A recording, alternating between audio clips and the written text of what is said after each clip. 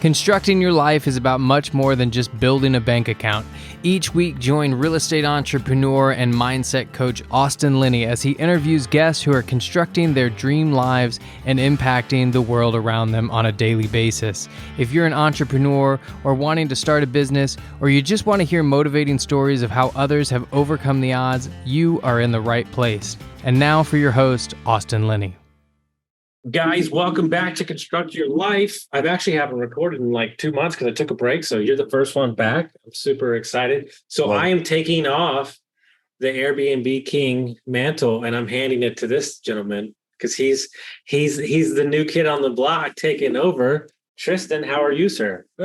Doing great. Thank you for having me here. And I sincerely appreciate that compliment, but I don't know if I'm ready for the crown just yet. Fair enough. And when you get it, you might not even want it. So it's debatable. It's debatable. So, man, it's interesting, right? I think the reason I'm so excited to have you on is I think a lot of people are going to resonate. I think they're gonna understand. I don't want to talk about Airbnb yet. I want to talk about who you were before you started managing a bunch of Airbnbs and talk about that person and where you came from and all that kind of stuff. Yeah. So I'm 35 years old. I'm originally from Massachusetts. I grew up there in Western Mass, the Berkshires, small little town. And so grew up and played lacrosse, which brought me to, my bigger goals of wanting to play collegiate lacrosse. So throughout school, I was captain of the team and our team was so small though, and we couldn't get big recognition from colleges. So I spent a year and a half at community college, going to recruiting camps and things like that.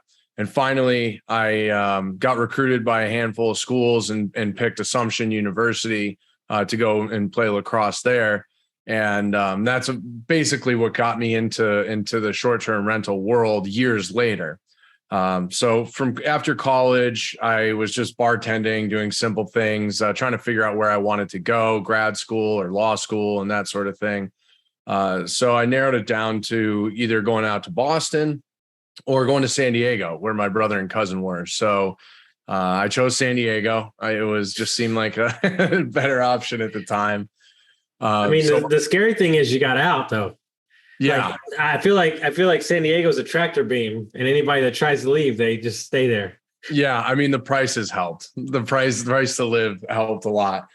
So I went out to San Diego in 2011. And again, I was just like bartending and, being young and, doing whatever I wanted to do and enjoying life and going to the beach. And I had a friend who was big into digital marketing and he was a regular at the bar. And so one day he was like, hey man, if you ever get sick of, getting people drunk and living in a bar, my company that I work for is hiring entry-level support. And I was like, well, like, what is it? And he's like, well, it's like search engine optimization and digital marketing, like web development. Basically, you're just going to be taking phone calls and responding to emails from our clients. And I was like, all right, sure. I'll give it a try. Like I had just met my girlfriend, who's now my wife. And I knew I didn't want to be a bartender all my life. So I knew that there was something bigger. I knew I wanted to do something better. So I said, all right, I'll give this a shot. So we sat down for like a couple beers and he's like, all right, so this is SEO, and gave me like this elevator pitch, the most ridiculous training in SEO and digital marketing. I'm like, okay, I think I got it. My interview was the next morning. So I show up, sit down in this interview. They're asking me all these like Google, if you've seen, yes. I think the internship or whatever that one is. I know what you're talking about. Where, Vince Vaughn and him go to Google, but they're asking me those questions. Like you're in a blender and the blade starts spinning, like, how are you going to get out? I'm like, oh my God. So I go through this interview and get the job. So I started entry-level support. About a year and a half later, I'm now senior account manager. I have like 65 SEO clients and Google client, pay-per-click clients. I pretty much, other than being a manager, maxed out at the company. So I fell in love with digital marketing. What was so cool to me was that there was at the time, there was no Harvard School of Google. Yeah. There was no thing you could put on your wall that said, I'm the best.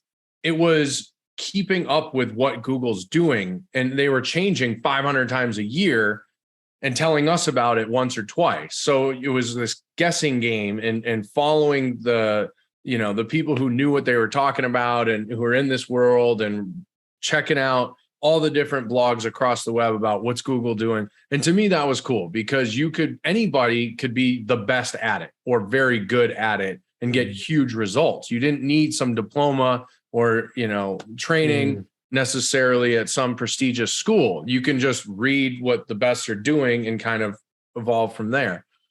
So from that point, I bounced around to a couple of agencies, learned from some really, really good SEO people.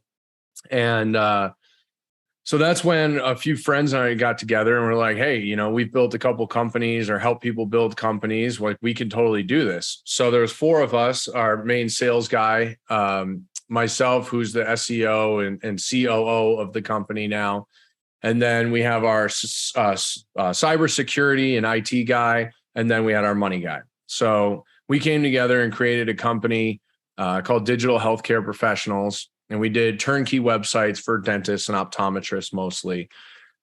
So from there, just at this point, I've been living in the digital marketing realm for almost a decade. I've done, in-house for national pool building companies and veteran-owned businesses, and anything from small to large I've worked on.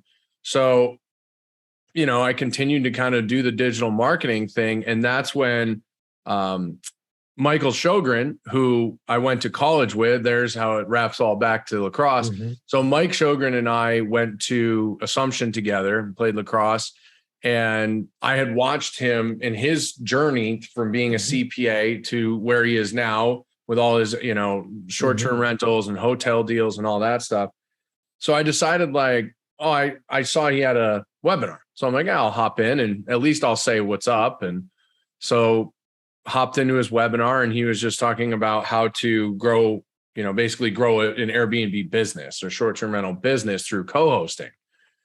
So I got in there and realized it was basically the perfect world of hospitality, which I had lived in before I got into tech, and then digital marketing. So from there, I decided, this is the business I want to get involved in. And that was pretty much it. Is your agency still running? It is. Yeah, it is still running, still growing. We have 11 full-time employees. And how much time do you put in that at a week currently? In the digital marketing, right now I'm putting in a little bit more. I'd say probably about 30 to 35 hours. I'm just trying to establish some things so people are listening. What's interesting is, as you said, this is really interesting. I know you already know this, but as you said, you didn't need a degree. It was kind of like you could be the best if you work the best and you pay attention.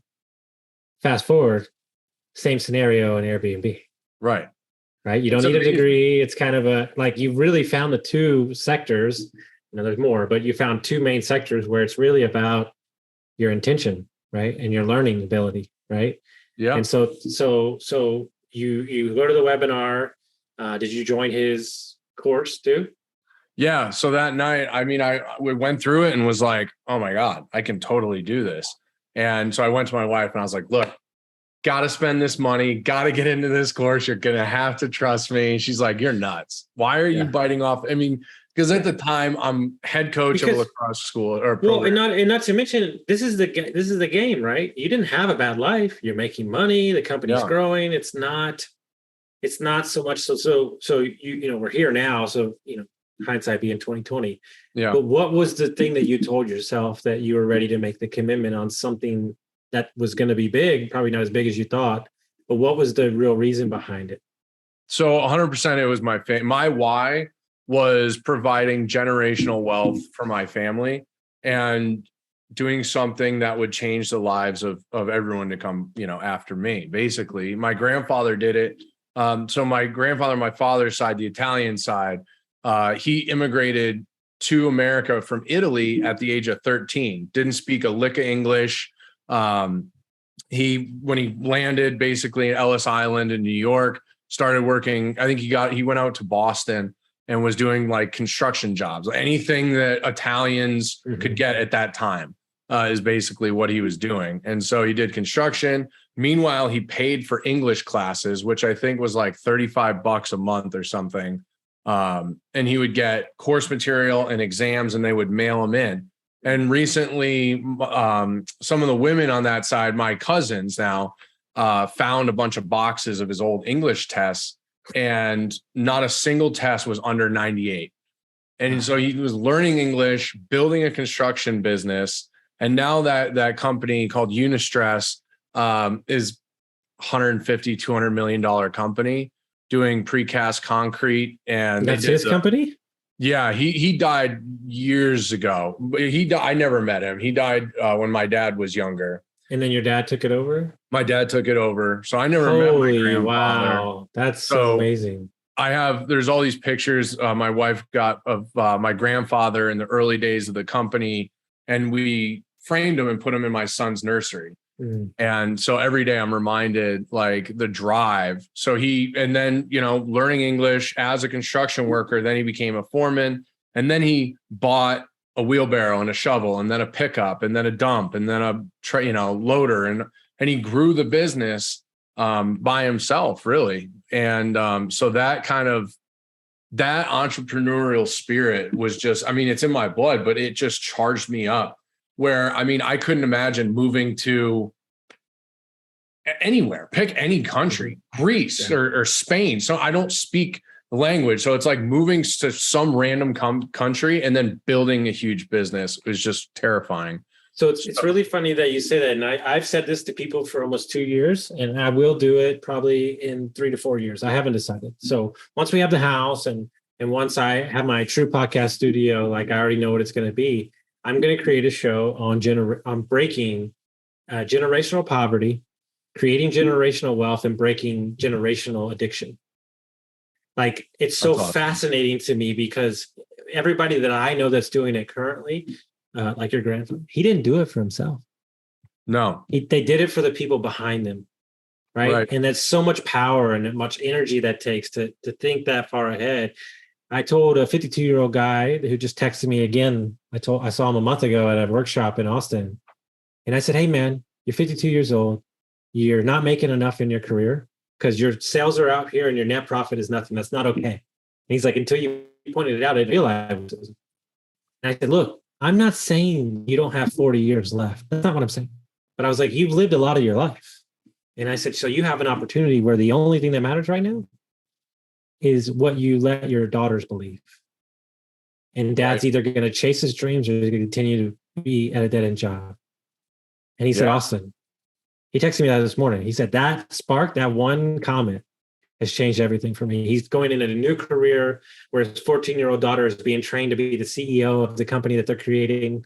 Like, I just gave him 30 books for his daughter to read. Like, I'm like, she can report back to me in 3 years, and he's like, wow. He's like, do you mind if I read a couple of these too? but what I'm saying is I really think that's, like you're saying, that spirit of what you're creating, right? Yeah, that's a company, but you have partners and it's a thing. Like this Airbnb thing is really something that can be the only reason I'm building my company is so that my kids can take it over if they won't.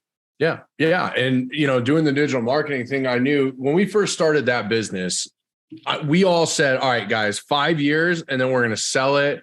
We're all going to walk away with like $5 million each. Yeah. That was like our dream. All right. That's the mark. So here we are, year 6, we're all still going, but we're figuring out our ways. But I knew that it wasn't going to be the end all thing for me. So here we are, December 2020, going into Mike's thing. And my wife and I had just welcomed our son into the world on the 6th of December that year. So I have a newborn. It's the heart of COVID, like all the doctors that we employ, that are our clients, are canceling or pausing service because their doors are shut. We have a ton of people in California. California's shut down. A lot of our clients are all over the country, and just being a medical office, they're shut down. So we didn't know what was going to happen. And I'm like, all right, I know this company is going to be successful. That's not what I'm worried about. and I was getting, that was technically my W-2, but I knew like, okay, my son, like this is one thing, but I need to do something else. I got to figure out another side hustle. And that's when I kind of came into this. So that was my biggest why, was like, I got to figure out another hustle here. So you take the course, you're in his group. Talk to me about the first co-hosting deal you got. And moreover, before we do that, everybody has what is your definition of a co-host? So mine is, I manage the property for investors. I take everything off their plate. The only thing they need to do is answer a question or two here and there if I have one every month. But for the most part, it's just, here's our property, Tristan, do your thing. I go in. And minus what it costs for the course, how much money did it cost you to get your first client?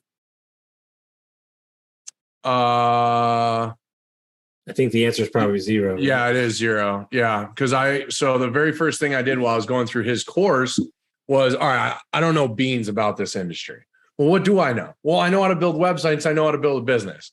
So I built my website. I spent like 3 weeks building the website, building out content, and working on that, and just trying to get as much out there online as I possibly could. And so I launched my website right in the beginning of January, and my first co-host deal came through the website from Google, and it was a 4-bed, 2-bath, about 2,000 square feet in Scottsdale. Still one of my top performing properties, actually. Mm-hmm. Mm-hmm. So that was basically the so you go to so I'm sure they reached out to you, you responded, and then so did you go walk the property with the investor? I did not. They're from Santa Monica, and so she was like, yeah, we just bought the house, it's a new flip. We want to do short-term rentals, and then we want to come stay there, throughout the year. Right now they come at like Thanksgiving, Christmas, that sort of thing. And so she was like, I told her what we did, kind of fumbled through the whole pitch. Yeah. That's what I was wondering. That's what I was wondering. I'm wondering if you're just like sweating bullets over there. Like, what is going on right now? Yeah. What about cleaning? I have someone that cleans it. I'm Googling, cleaners and stuff. So eventually they're like, I apparently said something they like. So they're like, yeah, all right, let's do it. Let's move forward. So I send them the agreement. What did you charge them? 25%.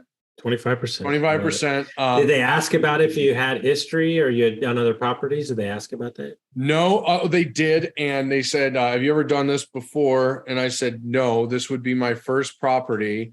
But that means that your property is going to be my baby. And so I will do everything I possibly can to make sure that your property, my new little baby, is going to be successful. And so they like that. So I went and walked the property, and I was blown away. It was so nice. I couldn't believe it. I was so excited. And I learned a lot because it was completely empty. They're like, well, what about like furniture? I'm like, no worries. We can do furniture. So my mother was an interior designer for 35 years. So I call her up, Ma, I got this deal. I need your help. We got to do this whole design thing. She's like, okay, no problem. So she had the Wayfair Professional account from her previous work and stuff. So we go room by room, give her all the dimensions and pictures of all the rooms that are empty. And she just goes to town and designing everything. The hardest part about, I think, growing my business and using her as a designer early was teaching her how to use Excel. I think that was like the biggest struggle I've had in my whole business. It took me like 2.5 weeks. I had to call timeout on business to help her. Did she, I don't know, what her whole career entailed, but did she understand the concept of like, I need it nice, but I need it functional? Like it's not going to be lived in. Did she understand that? That's been my number one thing with designers too. That took a lot because I'm like, all right, it's got to look nice, but it's got to be super functional. Build it for like as if you were building like a really, really nice like college living space. Like people who it needs to be rugged, but it needs to look nice. She's like, got it. Okay. So once I got it, so basically she had all the products like spinning in her head, but I needed her to put them on a spreadsheet so I could give that to Wayfair so they could build an order. So once I got that, it was pretty seamless. But the very first order I did at that house, I did not do consolidated shipping. And boy, did I learn. So it takes 20 to 25 minutes to get to the house. I'd get a text on my phone. Your Wayfair order has been delivered. So I go down there, the whole driveway is just full of boxes. So I'm like, all right, great. So I spent like 45 minutes to an hour, like dragging pallets. I don't know how I moved half these things, dragging pallets in the garage so that I could get handymen down there to help me build it. Get it all in the garage, sweating bullets. All right, time to go home. Get home, crack a beer, sit on the couch. Phone goes off. Another Wayfair delivery. Back in the car, back down to the property. Driveway's full again. I must have driven like 5,000 miles just trying to set this place up. So that was like the biggest lesson I ever learned. I was like, you didn't pay for them to put it together for you too? Yeah. So then I had to get the handyman. The owner covered the costs. So it ended up being like $6,000 in handyman in my services to get everything built out. Little did I know later on build outs that Wayfair with like the consolidated and the building was like $3,500. And it's like nothing that I have to do. So that was the biggest lesson I learned. Oh my God. So I still have PTSD with dressers. I couldn't tell you the amount of floors I've slept on with a mattress on the floor surrounded by boxes. Like there's like literally like PTSD, like, and it's just like, it's really odd. And I want you to comment on this. It doesn't matter how many handyman you have. It still feels like it takes forever. Like, oh my God, it does. Now, great, Dee and Garrett and Grant, they came and I flew them out and they put together a property in 24 hours. Now that was I said, what do you need? You want pizza? I'll take you on a moonlight ride. Like that was the greatest day of my life because I just came in and, did a couple things and designed the last. And I was like, I wish people understood that's what you need to do. Like I put together probably 75 properties. I bought 200 beds, 500 TVs. Like you do that a couple times and you're pretty much done for the rest of your life. Like I can't even move myself anymore. The mountain of cardboard is just astronomical when you do these things. And yeah, I mean, I learned. And so for anyone listening, if you have had that problem, it's called a receiving warehouse. I learned that. Okay. So when you Google what that is, in your town, Google receiving warehouse. It's a place that you can ship boxes and furniture. They will receive it. They will unpackage it and they will build it and then store it for a fee. So it's basically what their consolidated shipping does. But so here in Scottsdale, there's a place called Kid Glove and I called them, looked it up and I was like, hey, so we're building out a rental. Can you basically receive all the furniture and build it and store it? Oh yeah, it's exactly what we do. So it's like a couple $100 for building something or a couple things. And then it's like 15, 16 cents per square foot per day to store it. But if you do like the consolidated shipping and it all arrives roughly around the same time, I mean, your costs can be set. And then they'll come and deliver it to the house too. Yeah, like they'll load it up into a moving truck with all the blankets and everything wrapped in plastic and move it on in. And like they literally yelled at me for trying to help. Like, so that was perfect. That's what I wanted. They're like, no. You just point to where everything goes. We will take it from here. I'm like, all right. The only thing they don't do was put stuff like they won't put holes in the wall. So they won't hang stuff. They won't. I was like, cool. Just put the art on the floor where it goes and I'll have the handyman come in. Perfect. So that was the biggest lesson I learned there. But yeah, receiving warehouse. They're everywhere. You just got to. Guys, I'm telling you right now, and just so we're clear, I've been doing this 7 years. I didn't know that. So you just taught me something.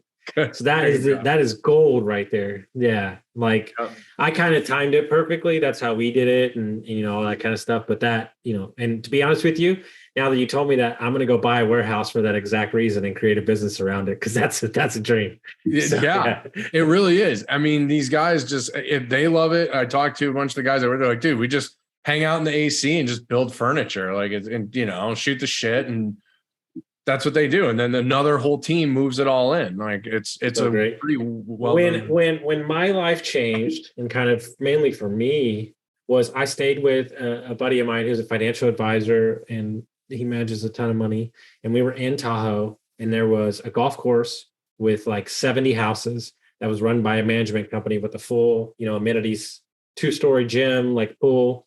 And we were leaving, and a truck pulled in, and they removed the beds and the couches. And I'm like, dude, what's going on? And he was like, oh, well, we own the house with 3 other families, and that's our couch and bed. And I was like, excuse me? And he was like, yeah, so we own the house, 3 families own the house. We have this amount of time we can use it. And then it's rented out on Airbnb the rest of the time. Airbnb guests have their own furniture. We have our own furniture, and the other 2 families have their own furniture. Oh my So God. when you're at the house, you only stay on your furniture and nobody else stays on it. And I'm like, wow. I'm like, Wow. yes, please. So if you're an investor and you want a property, let's say Canyon Lake, which is the lake here in between Austin and San Antonio, you're going to spend, 600, $1 million bucks. Why wouldn't you go buy that property with 4 other dudes? Then you get another property in Arizona or Sedona. Then you get another property in Tennessee. Now you get to enjoy 3 properties and make money on 3 different markets. And, like that's kind of where the fractional ownership is where I'm going to go.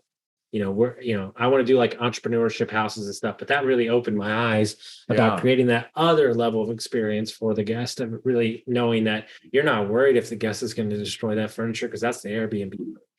Wow. Yeah. Yeah. I mean, I guess it makes sense in the right house, the right market. And then if they have the moving company pretty much set up with, price, probably just a couple grand to switch it out. I love it. So you get the furniture done, and then talk to me about your first booking. When you got your first booking, how did that feel? Really good. And actually, what I didn't realize, which is now why the house is doing so well, is the property is less than a mile from the Jewish Community Center.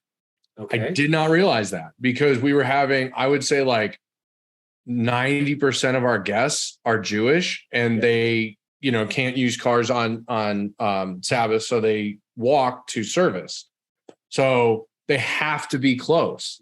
So literally we launched the property in July, and which is the slowest time of the year. It's 120 degrees. No one wants to be here. We were full July, August, September, because it was all Jewish families traveling here because they wanted to take vacation, but then they stayed there because they had to go to service on whatever Friday night, I think. So yeah, I mean, that was it. So they were here like the whole week or a couple weeks. So it actually, the first few bookings, I was like, wow, this is awesome. We're getting all these great bookings. And so I started to learn a little bit more about who our guests were. So then we started to try and cater a little more to their families and keeping things there for their kids and all that sort of thing. And the why of the why of the property, man. You got to find out the why. You got to check with the guest. I always like to ask, like, hey, what are you doing here? And what we found out in San Antonio is, it's military city, and every weekend I had a military graduation. Yeah. So you kind of find out, you do some special things for reasons why, and I'd be a little more lenient because they only get to see their son like twice a year, you're just like that little extra touch. So you got the one, it's booking. Talk us through your like second, third, fourth co-hosting. Where did those come from? Yeah. So the second one was another one that came through the website. So this was another beautiful house. It was only about 1.5 miles from the first one. And it was another flip, another process of design. And basically, after we'd come up with the room by room design, I had this girl who worked for my digital marketing company who was really good with graphic design stuff. I would have her superimpose the furniture into each room. So I could basically put a slide deck together for the owners so they could approve it. So got that process down a little better, went through Wayfair again. This time I did the consolidated shipping, which was more helpful, but it was still, because of COVID, it took forever to get this place up and live. But we got it going, and it was a very beautiful property, but it was a little smaller, so we couldn't quite hold the same amount of people. But the owners were great. They live in Colorado, so they were very chill, and we got that one up around the holidays because they started using them. I think we had 1 or 2 guests in there before 2021 because they were there at the end for Thanksgiving. That's about when we launched. And then I think, 1 guest in the beginning of December, and then they came in for Christmas. So that was a really good one. The third one's funny. So the third one at the very first property, Presidio is what we call it.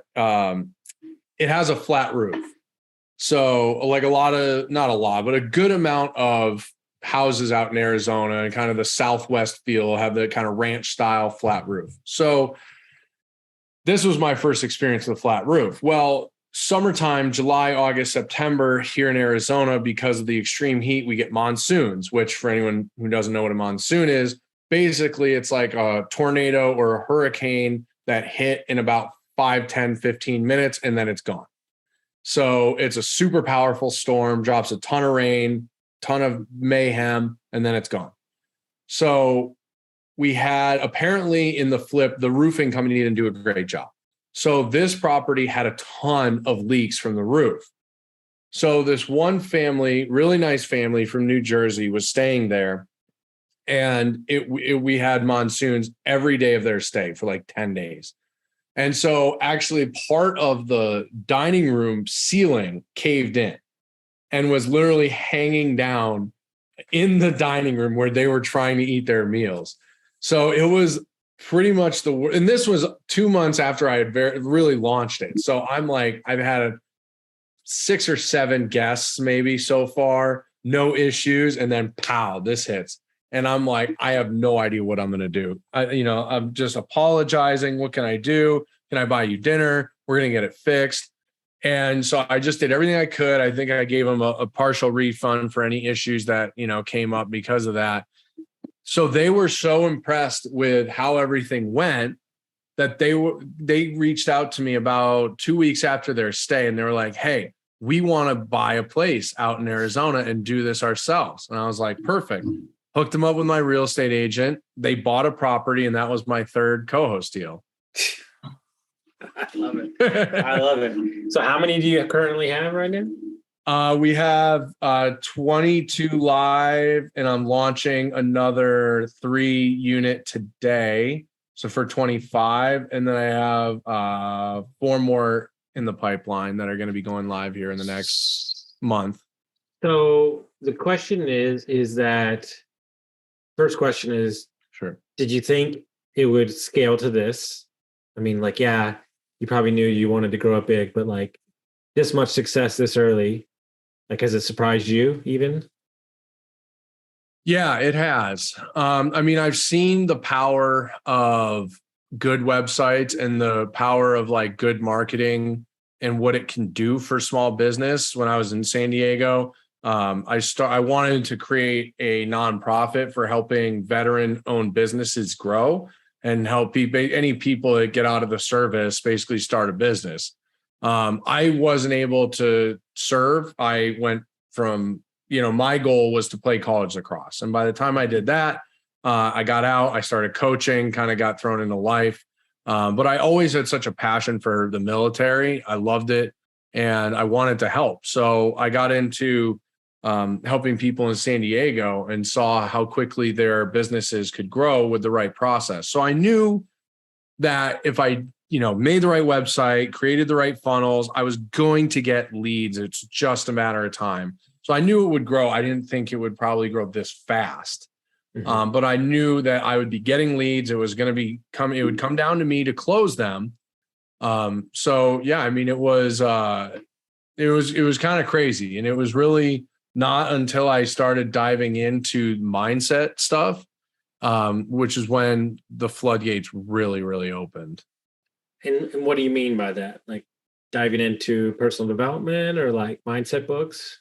Yeah, pretty much all of it. I mean, as a high school coach, so I've coached high school lacrosse since since I got to, well, before San Diego, pretty much for about 15 years now, I've been coaching lacrosse. And so because of coaching, I feel like I've always been pretty positive. I mean, you always have to kind of look at what you need to do and not, don't do this or don't throw the ball away. Don't drop the ball. You have to always say like, carry the ball here and throw it once you've made a good decision, whatever, you always got to tell them what to do. So I was pretty positive, but Mike Sjogren had always talked a lot about the mindset and, his mindset, how it's changed over the years and different books that he's read. So, principles that are spoken about by, Napoleon Hill, and Think and Grow Rich and things like that. And basically like becoming the person that you are in your goals, or the person who achieves your goals. Like that's the person you need to become to really get to the next level. So it was a little personal development stuff and really just kind of shifting the mindset from like, okay, I'm just beginning to no, I am providing the best service in Arizona and people are going to want to work with me. So yeah, I mean, I kind of studied more under Mike. He created a different mindset course that I got into, and that really opened my eyes to, I mean, stuff that you hear about and stuff that people talk about and religions, no matter what it is, talk about. And it's just these universal laws that I was just unfamiliar to really, and just kind of focused in on that stuff. And it helped a lot. It helped me better understand who I was, who I wanted to be, the types of decisions that I was making that made my business grow faster, and just really getting around good people. I love it. And what was, through where you are now, what was easier than you thought before you started?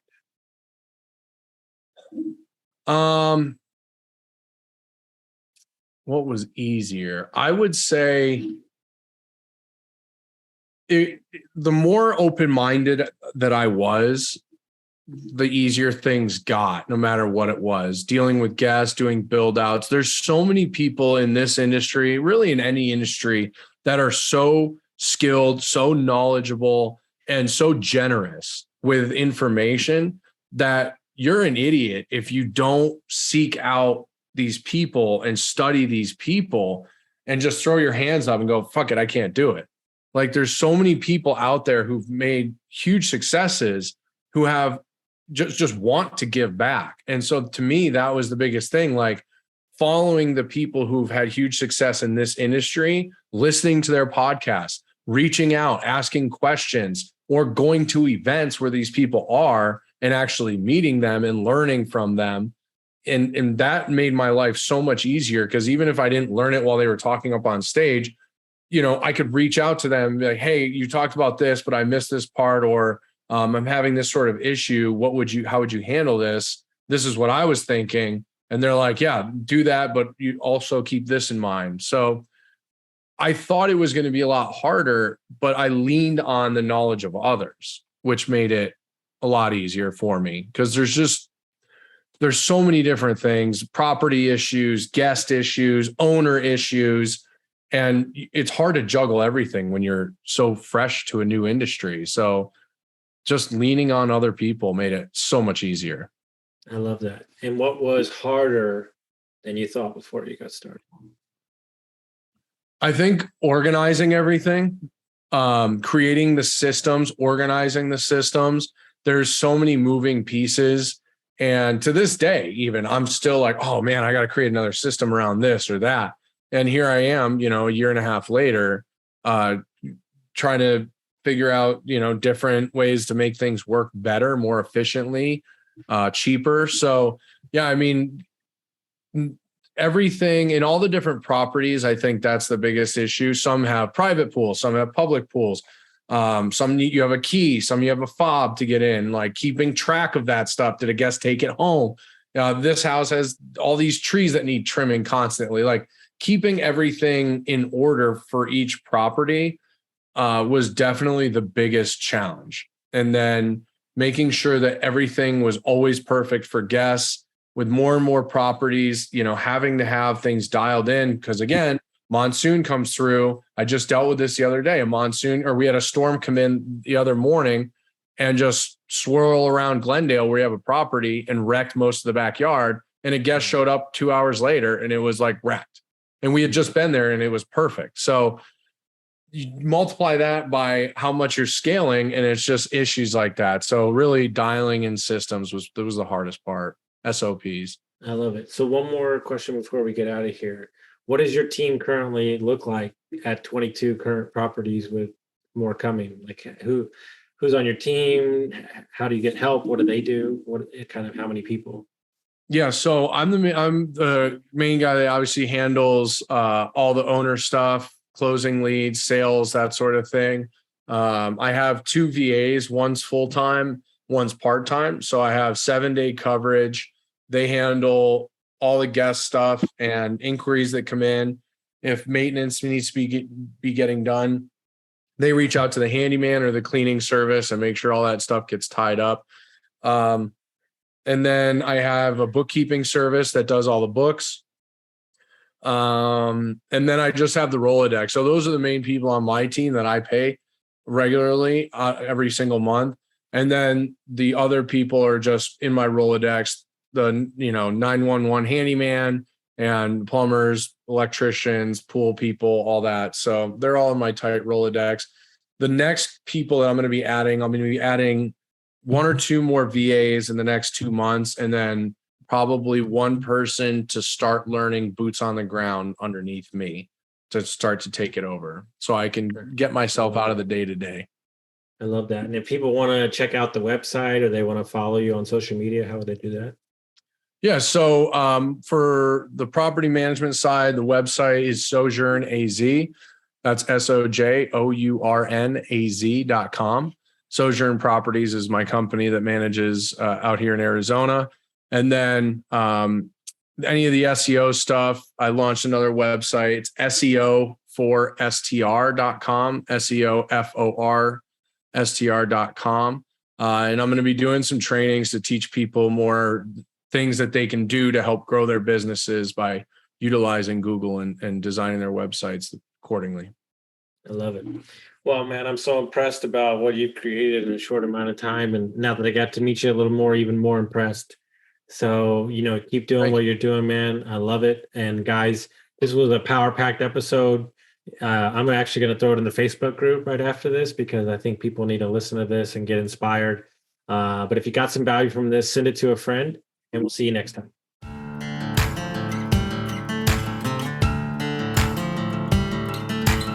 Thank you for listening to Construct Your Life with Austin Linney. If you enjoyed this episode, be sure to rate, review, subscribe, and pay it forward by sharing with a friend.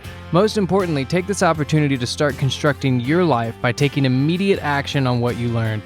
For show notes, resources, and more information on one-on-one coaching with Austin, visit constructyourlifepodcast.com.